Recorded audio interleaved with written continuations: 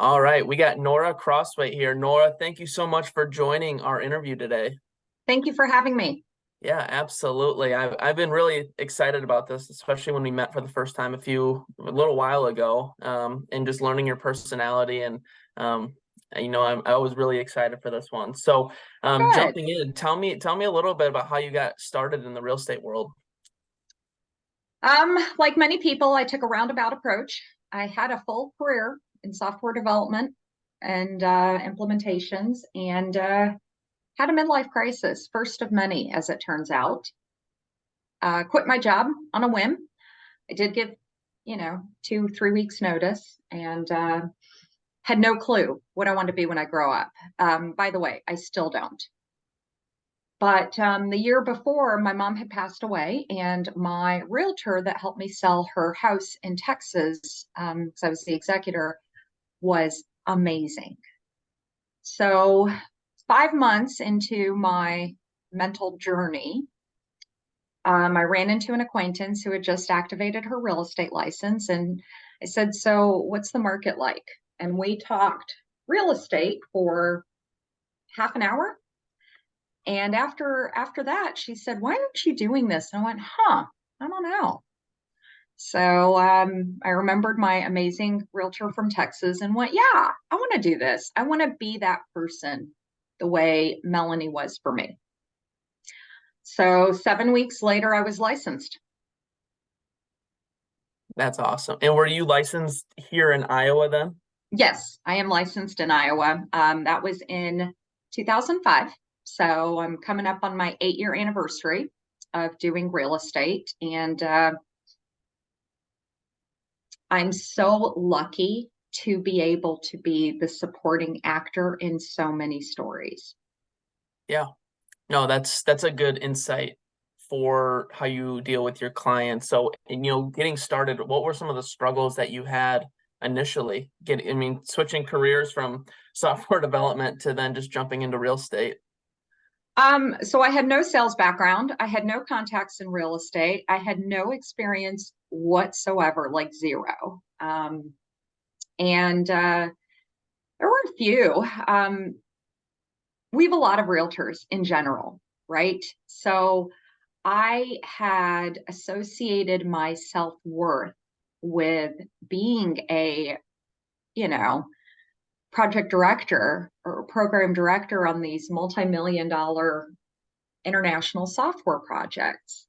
And I would go to networking events, and they always tell you to wear your name tag. Okay, so confession, I don't have a name tag. I haven't had one in years, but I used to. And people would say, "Oh, you're a realtor." And I'd be like, "Oh, I suck." Which is not what they were saying, but it's what I was hearing, right? A lot of fear, a lot of anxiety, had to grow some thicker skin, had to set my boundaries. Um, a lot of posting on social media and going, "Does anybody care? Is anybody watching?" Um, yeah, that was a rough time. It was 5 months before my first closing. So, Wow. and I went from making, a pretty decent income and having benefits to making after taxes and business expenses in my pocket. I think I earned 16,000 my first year. So that Wow. was a little humbling. Yeah. And I'd say that's a pretty, like, a lot of those feelings are normal feelings for, new agents, experienced agents. I'd say even right now, I've talked to agents who are slow and then, they're looking for ways to grow or they say, I'm not as busy as I want to be. So what were some of at what point or what did you have to do to overcome some of that? Because now in 2022, I know when we talked about this, you don't like when I bring this up, but you and your team were top 100 in terms of volume last year. So, I didn't even you know know, that. Thank you. you're welcome. um, you have to believe in the value you add. So a lot of realtors are taught, and this may work for a lot of them, and that's fine, that to go after for sale by owners. And that's great to add the value. So if you don't believe that you truly add value to the people who need you, how do you expect them to believe in your value? One of the books I read, I'm a voracious reader. I don't like reels. I don't really watch any reels except for except for mine. Chris Cornell and martial arts. So one of the books I read though was The Go-Giver. And the biggest thing I took out of that, it's a very quick read. I feel like everybody should read it. But the quick thing I took out of it was always add value. Yeah, I've actually read that book as well, and it is very much like the more you give, the more you get, and I can actually see that in my life as well. Like, I just for an example, being generous with money. Like, if Yes. I find that like the more generous I am with money, the more it comes back to me, which is kind of a weird thing in how that And, works. karma doesn't always work. It doesn't always happen that way. And so what I am working on now is giving without worrying about whether or not it comes back. But yeah, it's every, we are human. We crave connection. Whether you're an introvert or an extrovert, you crave connection, whatever that looks like to you, right? So every interaction, every connection, no matter how long or short it is, you have an opportunity to both give and receive. So what are you giving? What are you receiving? Maybe it's, a $1 tip at the coffee shop, right? Maybe it's a, hey, have a great day. Maybe you're in there and you're cranky and, God knows, my first cup of coffee, I'm pretty quiet. So, yeah, we all have that chance. Yeah. So what would you say then to someone who is in a sales slump right now, or, how does that translate to, someone's business and what they can do for actionable items for like a day to day? Day to day, I would say every realtor has their own personality, their own loves, their own things that they do. Um, be authentic, be yourself. That doesn't mean you have to lay it all out on the line publicly, right? But what it does mean is if you love networking events, do those. If you love community service, do that. If you love working out, do that.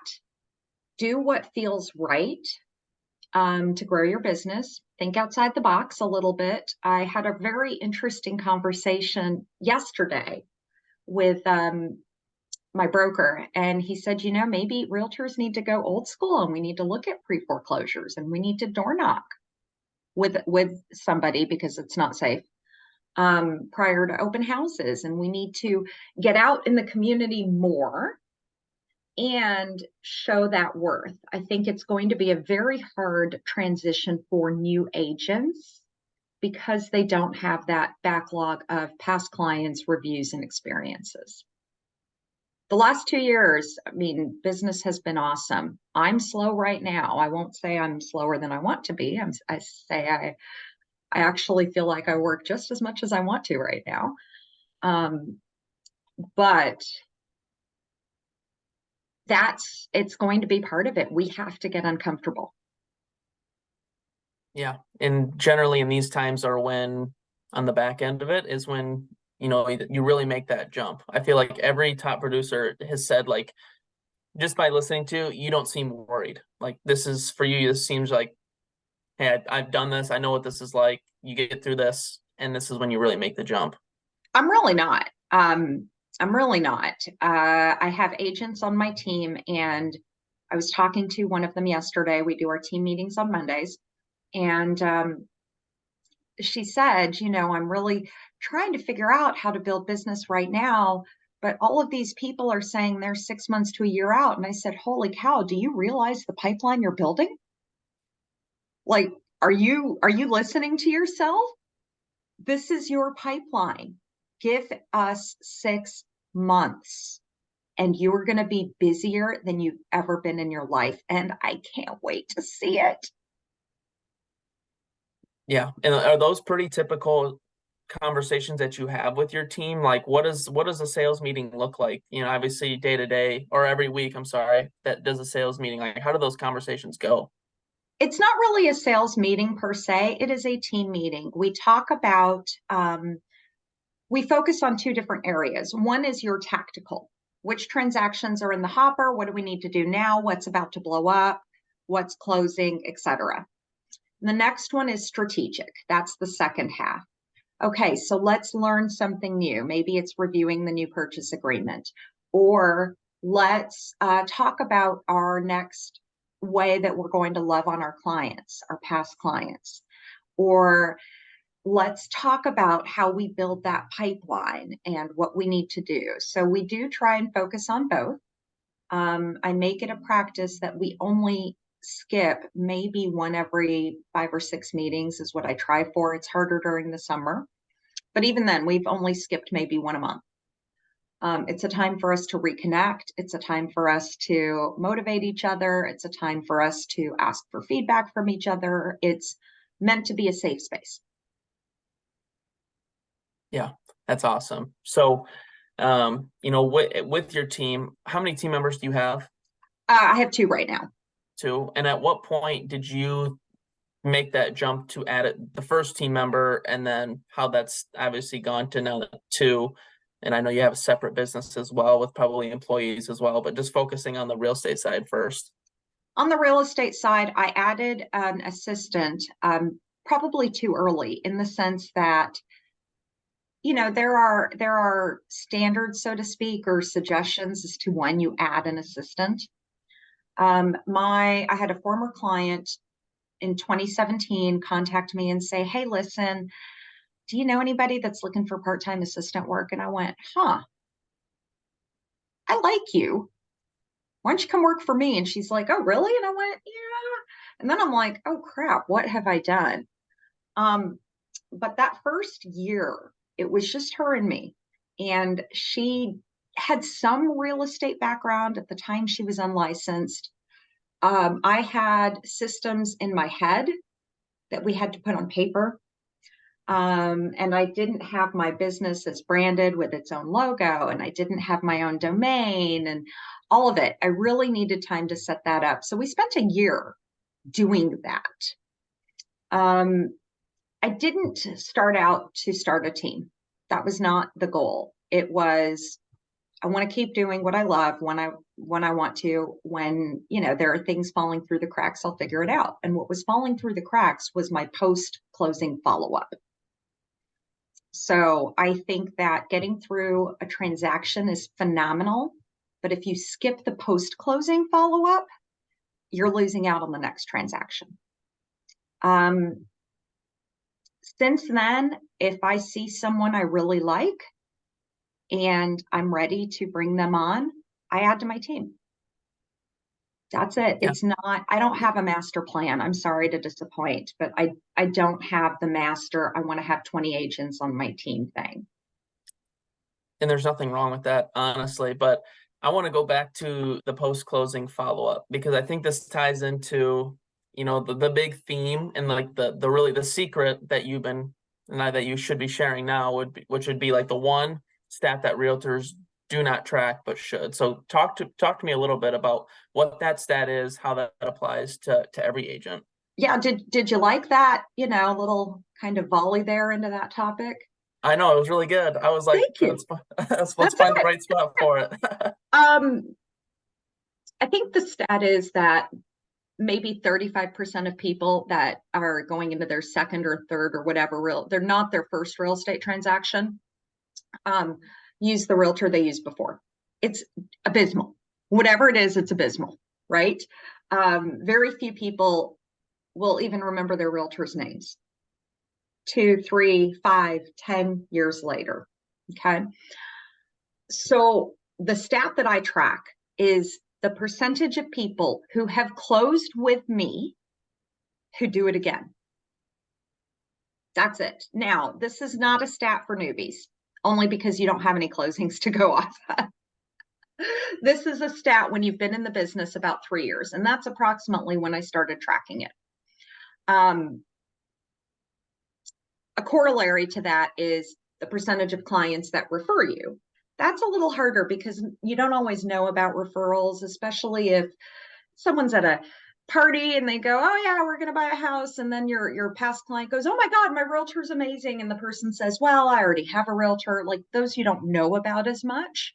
Right. So the ones that I focus on are who's used me again and again and again and again and again.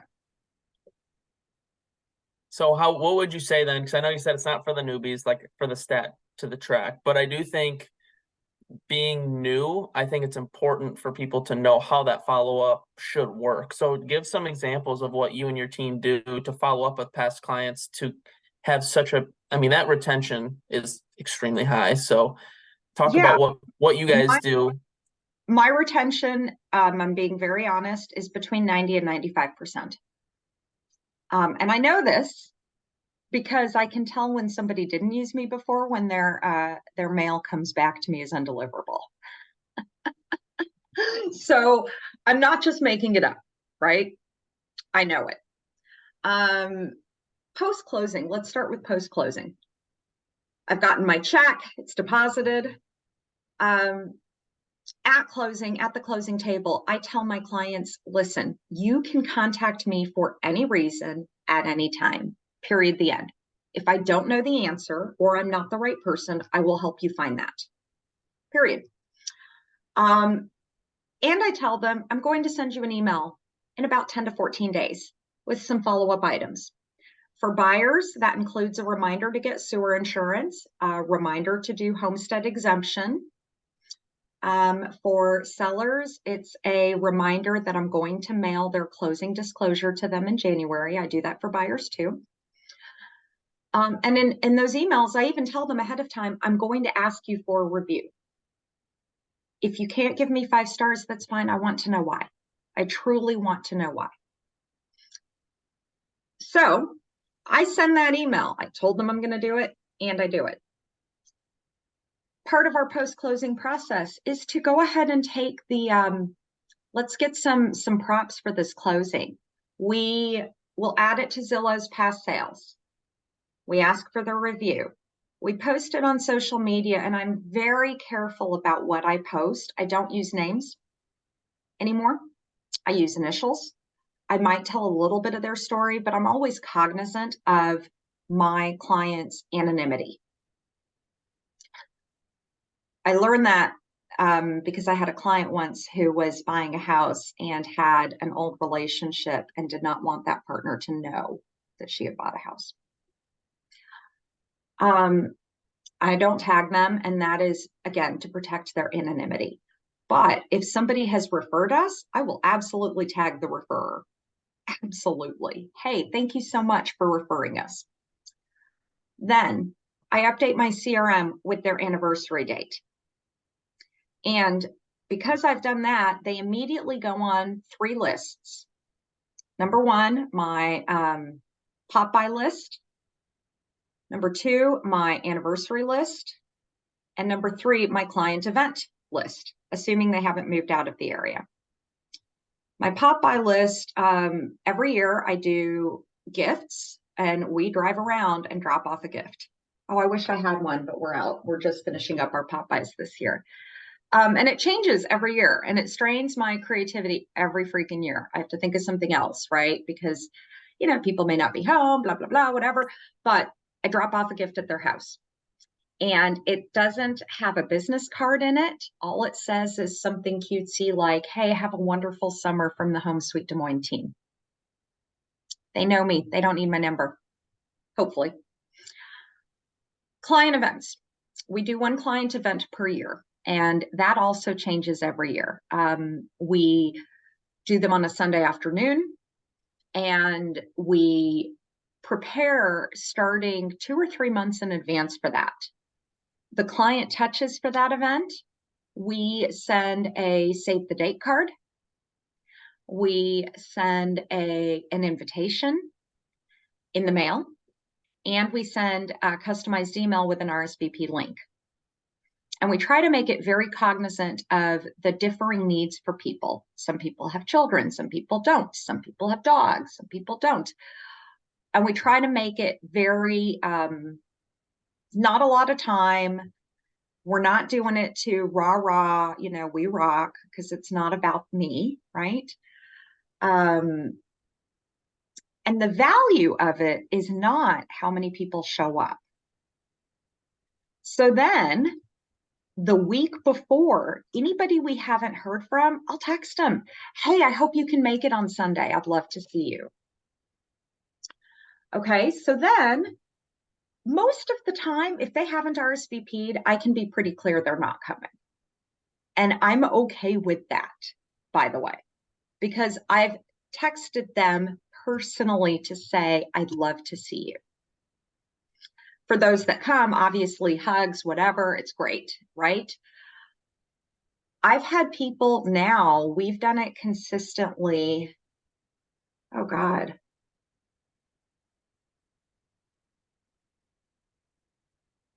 4 or 5 years in a row. And now I have people that will respond and go, oh my God, I so want to make it to one of your parties. They look so fun. Which is great, which is great. We also send anniversary cards in the mail, the month of their home anniversary. For sellers, I'll send an anniversary card as well. Usually just the first year on that, because if you've sold a home, you don't need to remember it every year. We do send Christmas cards, handwritten, every year. The year after their closing, we send them in that January, we send their closing disclosure so that if there are any tax deductions, they don't have to go digging in their paperwork, they've got it. I have every client on a monthly email newsletter.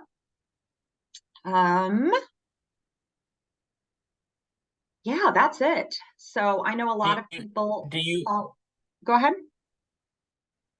I was gonna ask, do you personally like pick up the phone and call past clients too, just like randomly, or is a lot of I it just usually systematized, and text. then if it's something that you need to come, yeah. I usually text. It depends on the client. If I know it's a client that loves calls, I'll call them. Got it. But I do So usually text. But like if I see a client who is on Facebook who goes, or Instagram or whatever, on Facebook and says, oh my God, my AC's broken. It's 110 degrees this summer. What do I do? I will immediately text them and say, hey, here's who I have on my vendor list. Call them, mention my name, let me know what I can do to help. It can be 5 years after their purchase. I don't care, right? That is another thing that I've done to add value. I built up a vendor list on my webpage very early on.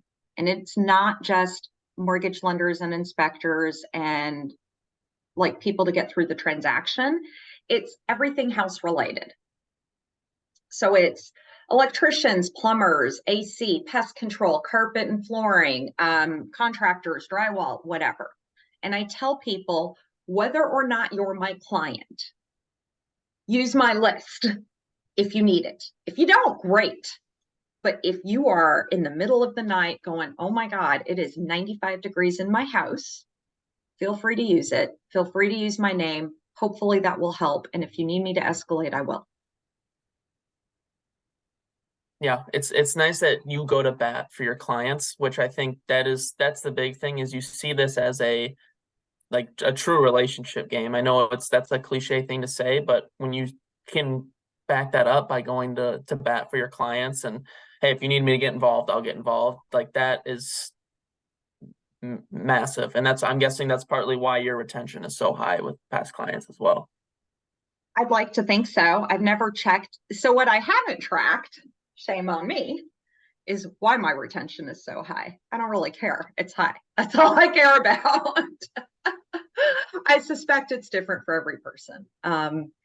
Yeah, but it's always a coming from adding value. That is my goal, because frankly, we feel good when we help somebody. So I'm getting my dopamine hit. Yeah, that's awesome. So I guess from a new agent standpoint, I guess what would you say is the number one skill set for an agent? Like if they were going to join your team, what would you be like, this is what my expectation is of you. This is what you need to have to be a successful agent right now. Integrity. We are not going for the sale. We are going for the relationship. I have told people not to buy. I have told people, you love your house. I can't find you this kind of house in the price range and the area you want. Integrity. That's it. That is the thing I cannot train.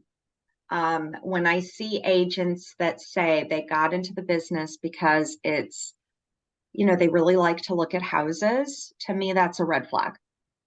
We're not looking at houses. We are impacting people's lives. Now, this is somebody coming from someone that doesn't tend to work with investors. And I have a few, I do, but like, I don't turn them away. But my clients tend to be people that are buying their first house, their second house. It's generally their primary residence. So I just want to be cognizant of the fact that they're trusting me to make the biggest financial decision of their lives. And I need to be worthy of that trust at all times. Heck yeah. And so let me ask you this then, what do you see for your business? Like what are your goals for, I know it's Q4, almost stepping into Q4, so it's probably tough for the rest of the year, but what type of goals are you setting for next year in terms of your business and maybe, or even your teammates? So one of my team members just joined in late June, early July, Nora Crosthwaite. She's so cool. She's Brazilian and she's got years of experience in real estate in Brazil, but she just cares so damn much and I love it. I want to get her moving. Period. The end. My other teammate, Jessica, is maybe a few years in the business now and she's doing awesome. I want to keep her moving. My goal is for every single team member to make 100 grand in GCI or more, in gross commission income or more. That is my goal. They have very fixed costs. It's my commitment to each team member is that they will only pay about $4,000 a year in their expenses. And so if they're doing well, they can continue to grow. I want them to grow. Do I like money too? Absolutely. Absolutely. Money's awesome, but it is not all for me. So that's from my team's perspective. For my perspective, I want to see each of my team members become a better agent than me. I heard this. I do martial arts obsessively. And I heard this this weekend at my Krav Maga seminar. The guest instructor said his goal is for his instructors, his students to be better than him. And I've heard that before, but it really hit home. So did that answer your question? I don't have a financial goal yet. No, and I mean I think that's I don't know the exact saying, but it's like a true mentor wants their protege or whatever underling to exceed them. I know like Louis, my boss, he always says Yes. that to me. I'm like, if I even try to like get competitive with him, he's like, dude, I hope you do better than me. And it's like that comes from a place of, like love, trust, and like commitment to want them to do better. So no, that's fantastic. So are you then like do you get approached for people to join your team, or is it very much so? I know you said you're not like always actively looking, but what does that look like for your own real estate team? Both people that are currently on my team. So my original assistant, Jeannie, left, moved back to St. Louis, unfortunately. We still keep in touch. She gave me 3 months notice. About 3 years into being my assistant, she also got her license and started practicing real estate. So I was really upset to lose her. My two current team members, Jessica and Narda, both were recommended to me. Actually, I take that back.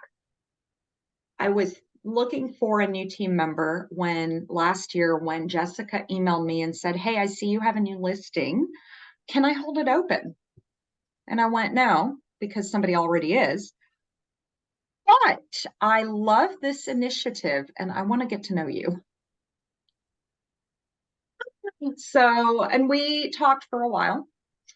Narda was recommended by my broker. My broker knew I would be open to it. And she just said, you know what? If I see somebody that I think would be a great fit, I'm giving them to you. And I went, okay.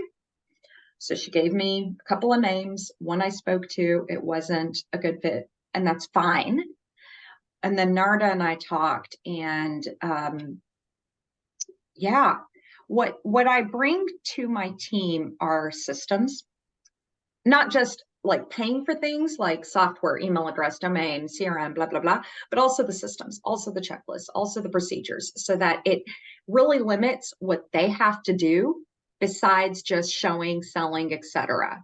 And one of my agents, Jessica, is still my assistant now, part-time. She puts in about 10 hours a week.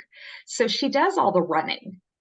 She picks up the gifts and orders the gifts and, does the anniversary cards and keeps us on track with the Popeyes. So for a team member that doesn't really like doing that stuff or posting the past sales on Zillow or whatever, that's something they just set and forget it.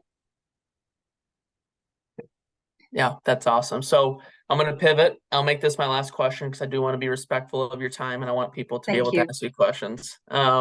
So a lot of real estate agents want to get into like investing. So whether it be real estate, I know your investing is you've started another business. How do you manage that piece of it where, there's probably days where real estate takes up a lot of your time and then there's probably um, a day where the other business takes up a lot of your time. So how do you manage that and like what's your advice on on investing outside of real estate or within real estate or, I think you're getting my question here. Uh-huh. Let me set the stage. I write out a to-do list every week on a sheet of paper, old school, even though I'm a techie, and it has 4 sections: personal, community service, real estate, and stagery, every week. And the personal is, call Verizon, buy my daughter new uniforms, because I'm also a single mom of a teenager. And while teenagers don't really spend time with you anymore, like they don't want to, we still get a million freaking emails from the school per day. It's stupid. Anyway, real estate, the only way I can make it work and still get at least 6 hours of sleep a night — I really need 8, but I only get 6 — is by delegating to my team. My team has enabled me to work on stagery. With real estate, those deadlines on the transactions are always in your face because your inspection deadline is Tuesday, right? You have to get that out today. There's no other choice. Closing is Wednesday. You have to go to closing, right? And so it's very easy for me to let stagery or my community service or articles that I want to write for Inman or work on the diversity committee for the Iowa Association of Realtors, it's very easy for me to let that stuff slide. What keeps me honest is I actually have an accountability partner. She is not in real estate. She is a former client. She is a business owner. She has a great yoga studio off of 42nd by the Friedrichs, by the way. I'm just saying. Anyway, we meet every Monday at 8:30 on Zoom. It is a 10 to 12-minute meeting. We both put our to-do lists out there. We put them in the meeting notes, and we decide which items we're going to follow up with each other on Thursday. So Thursday, I'm getting a text, man. Hey, where are you on this stuff? Most weeks, I'm not done. I set goals every week. I rarely hit them. But it's a really good, friendly reminder. And it also gives me somebody outside of the real estate world that we can chat. We'll do our to-do list in about 7 minutes, and then we might say, hey, what went really well last week? What was really crap last week? Hey, you did nothing last week. What's going on? And it's been a game changer. I started that in January. That sounds amazing. It's having somebody that's has no affiliation with your business. They don't care how it goes. They just need to, I mean, they just want to hold you accountable. Yeah. So on my list this week, I'm like, hey, I've got some development changes to test for stagery, some new features on Thursday. I need you to check to see how my testing's going. Fun fact, I'm only 26% of the way done. So there's that. She has on her list to plan out her next series of yoga classes or whatever it is. So yeah, it's for me, it's a game changer. And it is because my focus is so disjointed. And I love that. I'm very chaotic. And I love that feeling of being into so many different things and taking some risks. And yet it's it's not a good way to actually try and grow a startup because what I do today may not impact my profit in the startup until next month or the month after. So I have to keep that in mind every time. And by the way, I would also say that's true for new realtors. What you do today, what you post today, what you say today may not impact your business for a year. And that's okay. You're planting the seeds, you're starting the ripples.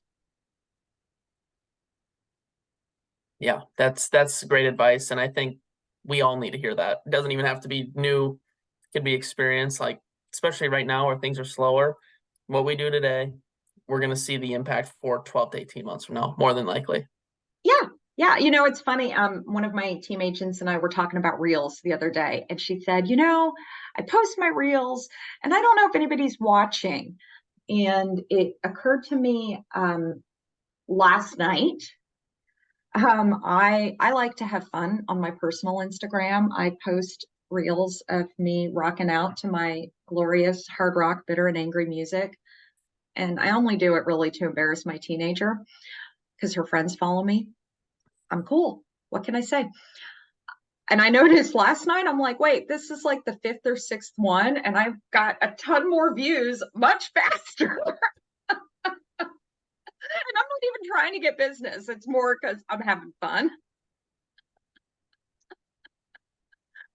That's another Oh, thing I would say for realtors is it's very hard for us to realize we can enjoy life and ask for business.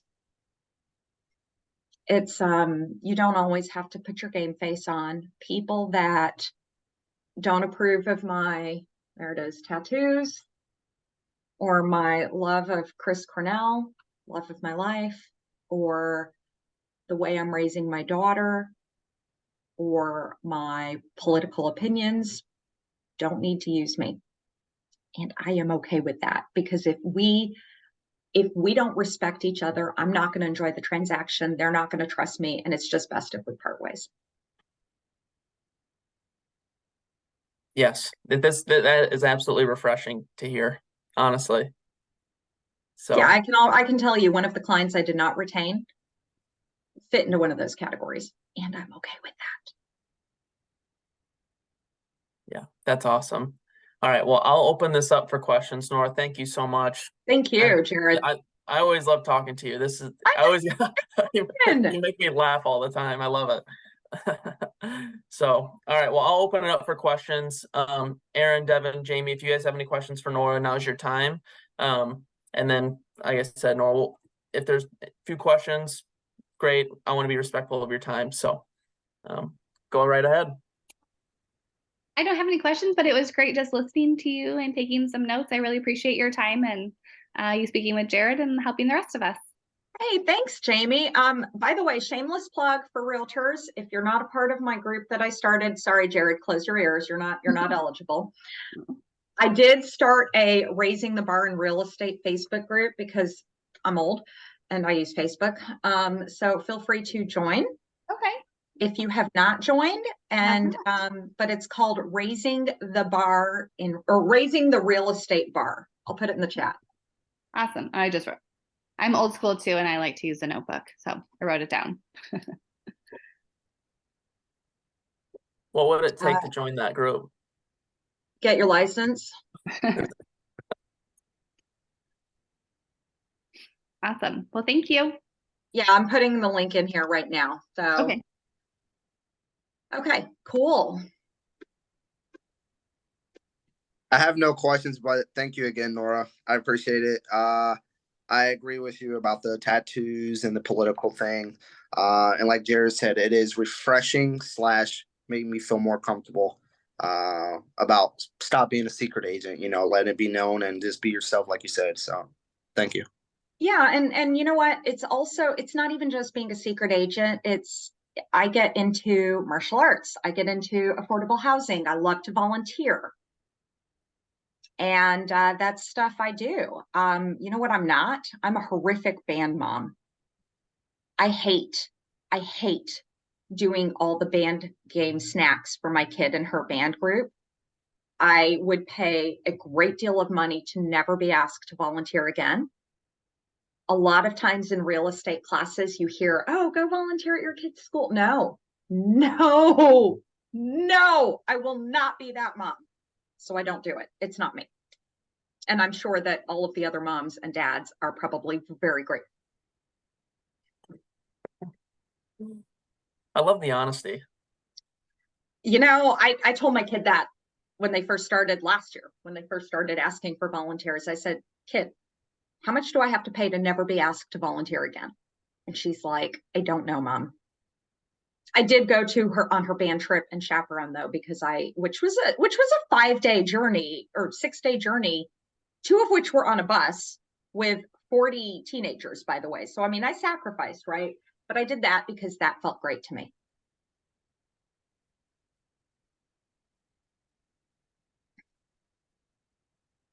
All right. Does anyone else have any other questions for Nora? Yeah, I think we should be good then. So Nora, thank you again for doing this. Yeah, I'm excited to share this out to everybody and share your story a little bit. So thank you again. Have a great rest of your day. And then, yeah, I'll follow up with you on this. And thank you all for joining and listening to Nora. Thanks for letting me pontificate, guys. May it be of service. Have a good day. Bye.